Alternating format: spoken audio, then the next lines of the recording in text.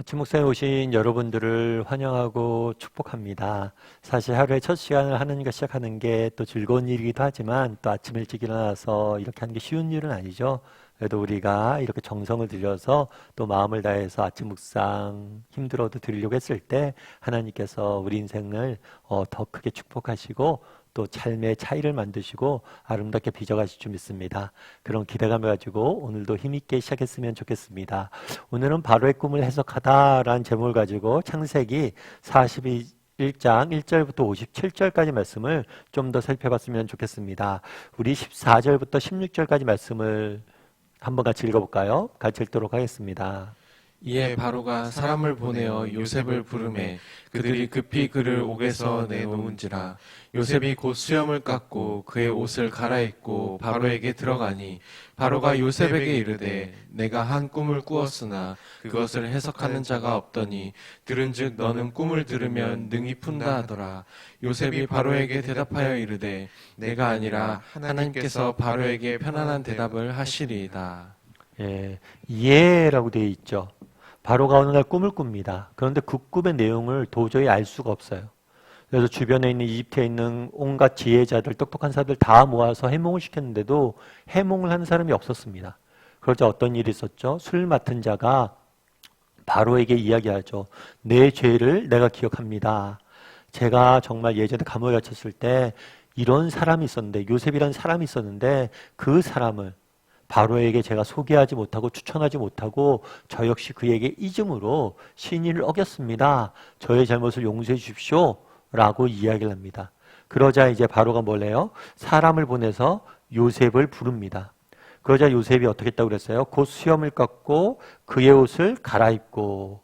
바로 왕 앞에 있을 때 그 당시에는 정말 밝은 표정으로 깨끗하게 그 왕 앞에 서 있어야 돼요.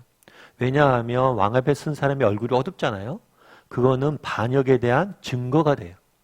그 당시에는 왕에 대한 암살도 많고 반역이 많았기 때문에 늘 왕 앞에서 뭐예요? 밝은 얼굴로만 있어야 되는 거예요.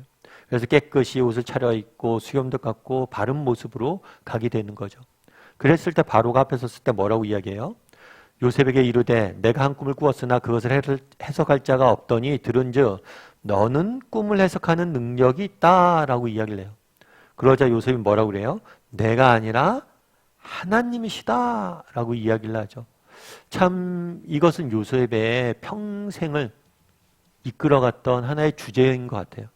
내가 아니라 누구다? 하나님이시다. 하나님의 주권사상, 하나님의 모든 것을 주관하고 주장하고 계시다. 이것은 요셉의 인생을 붙잡고 있는 하나의 중요한 믿음이었어요. 확신이었어요. 그래서 꿈을 해석하시는 분도 하나님이시다. 다르게 말하면 꿈이란 거 앞서 얘기했던 것처럼 우리의 미래의 일들, 장래의 일들을 보여주는 거잖아요. 그러니까 장래에 대한 미래에 대한 주권이 누구에게 있음을 보여주는 거예요? 하나님에게 있다.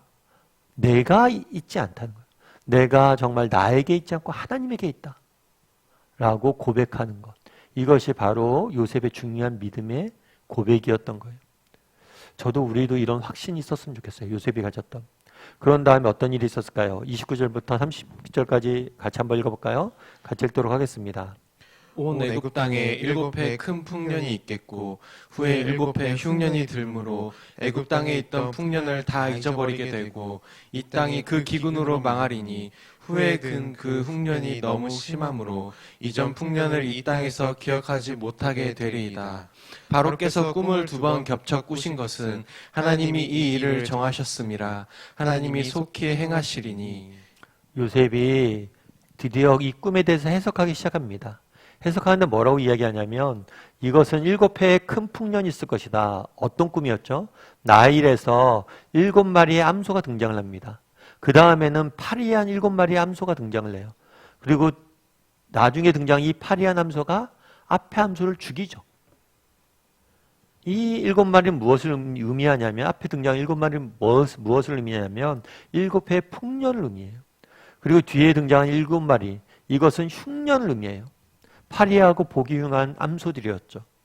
그리고 뒤에 암소가 앞에 암소를 잡아먹는다는 것은 그 기근이 너무나 커서 앞에 있는 풍년을 다 잊게 만들어버리고 이 땅이 기근으로 망하게 될 것이다 라고 이야기를 합니다. 그래서 정확히 어떤 일을 하나님 계획하고 계신지를 분명히 보여준 거죠. 특별히 바로가 이와 비슷한 꿈을 두 번에 겹쳐서 꿔요. 한 번은 암소의 꿈으로 꾸고 한 번은 7 이삭의 꿈으로 꿉니다. 이렇게 두 번을 꾸게 한 건 뭐예요? 반드시 이 일을 해결했다는 것을 보여주기 위해서 두 번을 꾸게 하셨다는 거죠.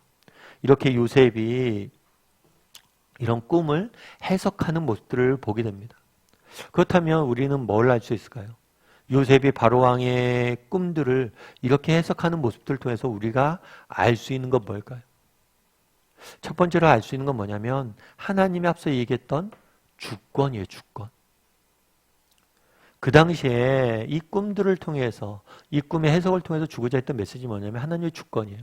이걸 알기 위해서 그 당시에 신개념을 알아야 돼요. 그 당시에 신개념은 주로 어떤 개념이냐면 지역신의 개념이에요. 그러니까 예를 들면 그런 거죠. 여호와는 누구예요? 그 당시에 다시 사회였어요. 여호와는 누구예요?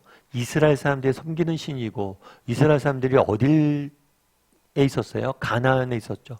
그래서 가나안에서 이스라엘 사람들을 돌보는 신이 하나님이다라는 생각이 있었어요. 어떤 신들은 특정 지역의 특정 사건에만 개입을 하는 거죠. 그래서 애굽에는 다양한 신들이 존재했고 이 신들은 특정 일에만 관여한다고 믿었어요. 하지만 우리 하나님은 그런 하나님이 아니란 거예요. 이 애굽에 있는 모든 대소사, 애굽에 있는 모든 역사를 주관하시는 분이 하나님이란 거예요. 우리 하나님은 단순히 가나안에만 있거나 이스라엘 민족에만 있는 하나님이 아니라 애굽 땅도 다스리시고 애굽 땅도 통치하시고 애굽 땅도 이끌어가는 진정한 하나님이심을 이 사건을 통해서 보여준 거죠. 너희가 섬기는 나이는 진정한 신이 아니란 거예요. 그리고 또 한 가지 여기서 알 수 있는 건 뭐냐면 하나님의 계획이죠. 이 풍년과 흉년을 들게 함으로 인해서 나중에 가나안에 살고 있었던 이스라엘 백성들을 애굽으로 옮기게 됩니다. 이 계획을 이루기 위해서 하나하나 일하고 계시는 하나님의 모습들을 우리는 보게 되는 거예요. 이 꿈을 통해서.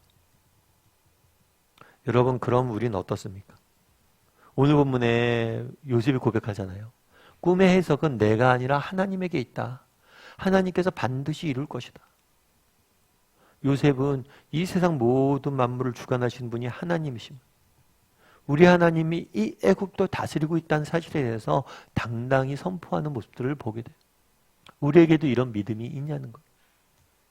우리에게도 정말 하나님이 정말 이 세상 모든 만물을 다스리는 분이심을 믿으세요? 우리는 그런 생각을 가질 수 있어요.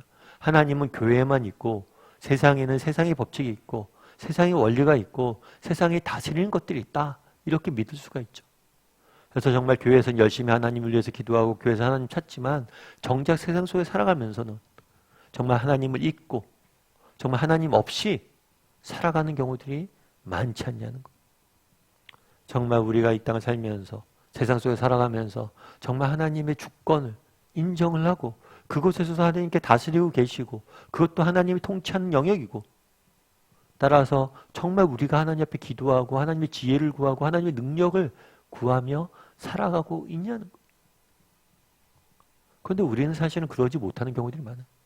하나님이 아니라 뭘 의지해요? 나를 의지하고 내 힘을 의지하고 내 지혜를 의지하고 세상의 지혜를 의지하고 세상의 방법들로 살아가는 경우들이 많다는 거예요. 예전에 2차 세계대전 당시에 일어났던 일이래요.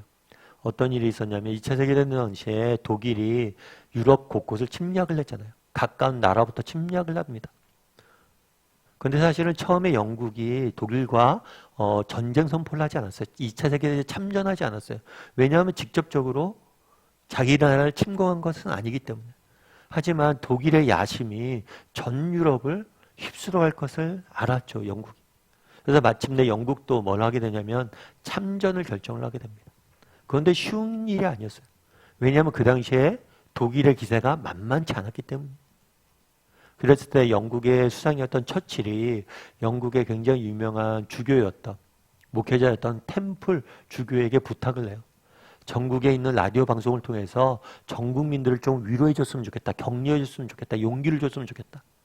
전쟁을 앞에 두고 정말 우리 영국이 이 일을 위해서 최선을 다해 싸워야 됩니다. 뭐 이런 얘기를 해주고 주길 원했던 거겠죠. 그리고 하나님이 승리해 주실 겁니다. 이런 얘기를 하길 원했던 거겠죠. 그런데 이 템플이 전 국민 방송을 하면서 어떤 얘기를 했냐면 이런 얘기를 했어요. 지금은 하나님께 예배할 때입니다. 전쟁도 큰일이지만 예배는 더 큰일입니다. 이렇게 이야기했어요. 지금은 예배할 때라는 거예요. 전쟁도 큰일이지만 예배가 더 큰일이라는 거예요. 왜요? 우리가 전쟁을 생각하면 어떤 생각을 해요?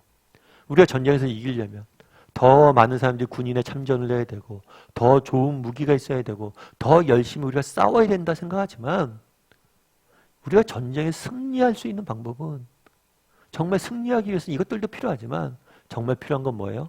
하나님의 도우심이라는 거예요. 그래서 우린 예배해야 된다는 거예요.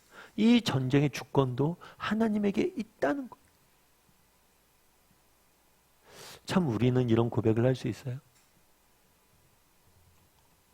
정말 세상의 삶이 전쟁 같은 삶이잖아요. 그런데 이 전쟁을 싸우는 일들, 전쟁하는 일도 중요하지만 예배가 더 큰 일이면 정말 하나님이 주관해 주시고 우리에게 승리를 주셔야 승리할 수 있음을 믿느냐는 거예요. 그 전쟁 역시도 하나님이 주관하시고 하나님이 다루심을 믿느냐는 거예요. 정말 하나님께서 이 전쟁을 다스림을 믿는다면 우리는 예배할 수밖에 없다는 거죠. 그래서 우리 하나님은 어떤 하나님인지 돌아봤으면 좋겠어요. 내가 진짜 믿는 하나님은 정말 교회에만 있는 하나님인지 정말 세상 속에도 계신 하나님인지 내가 살아가는 이 세상을 다스리고 통치하는 분이 하나님이심을 나는 믿고 신뢰하고 고백하는 사람인지 돌아봤으면 좋겠어요. 그리고 그것을 믿고 신뢰했으면 좋겠어요.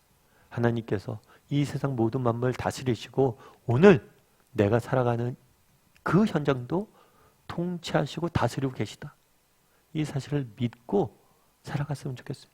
그래서 오늘 우리가 이렇게 아침 묵상하는 이유도 여기에 하루의 삶을 시작하는 것. 오늘 우리가 해야 될 일이 얼마나 많아요. 여러분 아침에 일어나서 얼마나 분주한 마음들이 많아요. 그럼에도 불구하고 왜 우리가 아침 묵상합니까? 왜 예배합니까? 오늘 하루도 하나님이 다스려 주셔야 되기 때문에 그런 믿음을 가지고 오늘 하루 살아갈 줄 아는 저와 여러분이 되기를 주님의 이름으로 소원합니다.